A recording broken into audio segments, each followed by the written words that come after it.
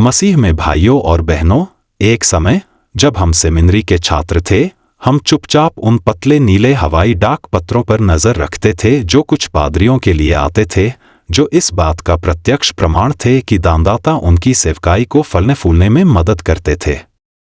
हम उनकी प्रशंसा करते थे और शायद उनसे ईर्ष्या भी करते थे। आज हम पत्रों की नहीं, बल्कि अपने पासपोर्ट में लगे टिकटों की तलाश करते हैं। कलीसिया में सफलता भौतिक समृद्धि और वैश्विक पहुंच से मापी जाने लगी है।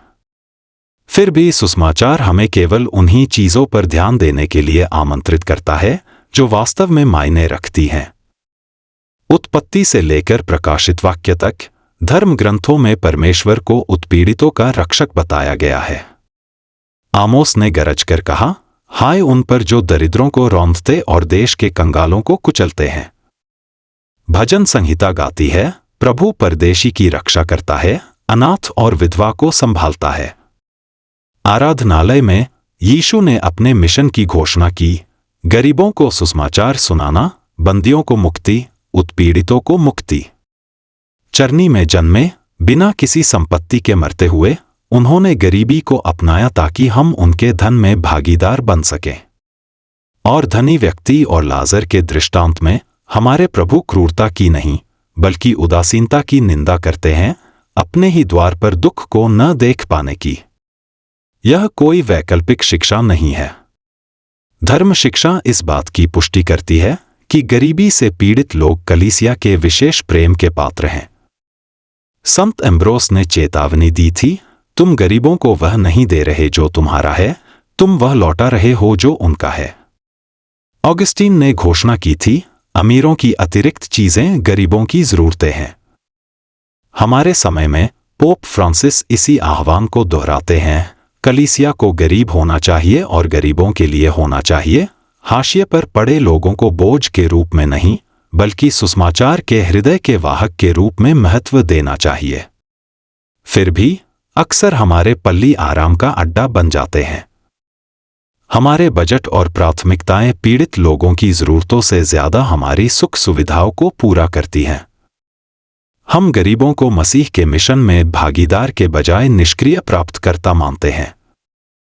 हम त्वरित समाधान, भोजन अभियान, दूसरा संग्रह प्रदान करते हैं, जबकि न्याय के गहन कार्य की उपेक्षा करते हैं।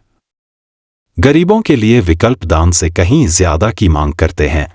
यह हमें सादगी की ओर बुलाता है।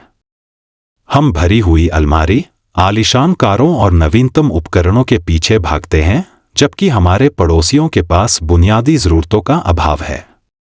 ईसाई साक्षी सादगी में चमकता है, संग्रह करने के बजाय बांटना, संपत्ति से ज्यादा लोगों को महत्व देना, विलासिता के बजाय प्रेम में आनंद खोजना।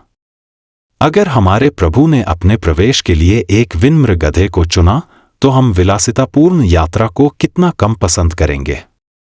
यह किसी रोमांटिक अतीत की लालसा नहीं, बल्कि एक जीवंत सुसमाचार है।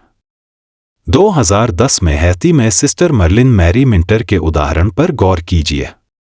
उनका क्लिनिक खंडहर में पड़ा था, उनके पैसे खत्म हो गए थे, फिर भी उन्होंने दुखों को त्यागने से इनकार कर दिया। उन्होंने चर्च के प्रांगणों को ट्राइज टेंट में बदल दिया, फार्मासिस्टों से ऋण पर बातचीत की और यह सुनिश्चित किया कि अंतर्राष्ट्रीय सहायता सबसे पहले सबसे गरीब इलाकों तक पहुंचे। उन्होंने विशेषाधिकारों के जरिए नहीं, बल्कि हाशिए पर पड़े लोगों के साथ एकजुटता के जरिए जानें बचाईं। तो मैं आपसे पूछता हूं, आज हमारे द्वार पर लाजर कौन है? हम अपने मोहल्लों, परिवारों, यहां तक कि अपनी सीटों पर भी किसे अनदेखा करके गुजर जाते हैं?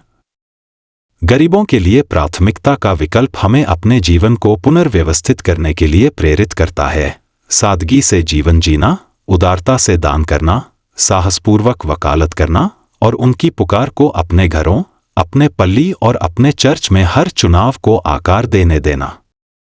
यूकेरिस्ट स्वयं इस परिवर्तन को बाध्य करता है। हम अपने पड़ोसी की भूख को नजरअंदाज करते हुए जीवन की रोटी कैसे खा सकते हैं? हम वेदी पर मसीह के शरीर का सम्मान कैसे कर सकते हैं और गरीबों के पीड़ित शरीर में उन्हें पहचानने से कैसे चूक सकते हैं? भाइयों और बहनों, इससे बचने का कोई रास्ता नहीं है। मसीह से प्रेम करना गरीबों से प्रेम करना है। मसीह की सेवा करना गरीबों की सेवा करना है। गरीबों की उपेक्षा करना स्वयं मसीह की उपेक्षा करना है। वे पत्र और पासपोर्ट जिन्होंने कभी हमें प्रभावित किया था, इस दिव्य आह्वान के आगे फीके पड़ जाते हैं। हमारी सेवकाई, हमारे विश्वास और हमारी गवाही का सच्चा माप गरीबों की पुकार के प्रति हमारी प्रतिक्रिया में निहित है। आइए हम प्रार्थना करें कि हमारी आंखें हमारे द्वार पर लाजर के लिए खुलें, हमारे हृदय उदासीनता से करुणा में परिवर्तित हों और हमारा चर्च वास्तव में गरीब और गरीबों के लिए बने। प्रभु, जो हमारे लिए गरीब बन गए, हमें इस मार्ग पर चलने की कृपा प्रदान करें ताकि उनके सामने खड़े होकर हम सुन सकें, जो कुछ तुमने इनमें से छोटे लोगों के लिए किया, वह तुमने मेरे लिए किया। आमीन। You can write to email echosofttheword@proton.me, mobile phone WhatsApp +9189812234485.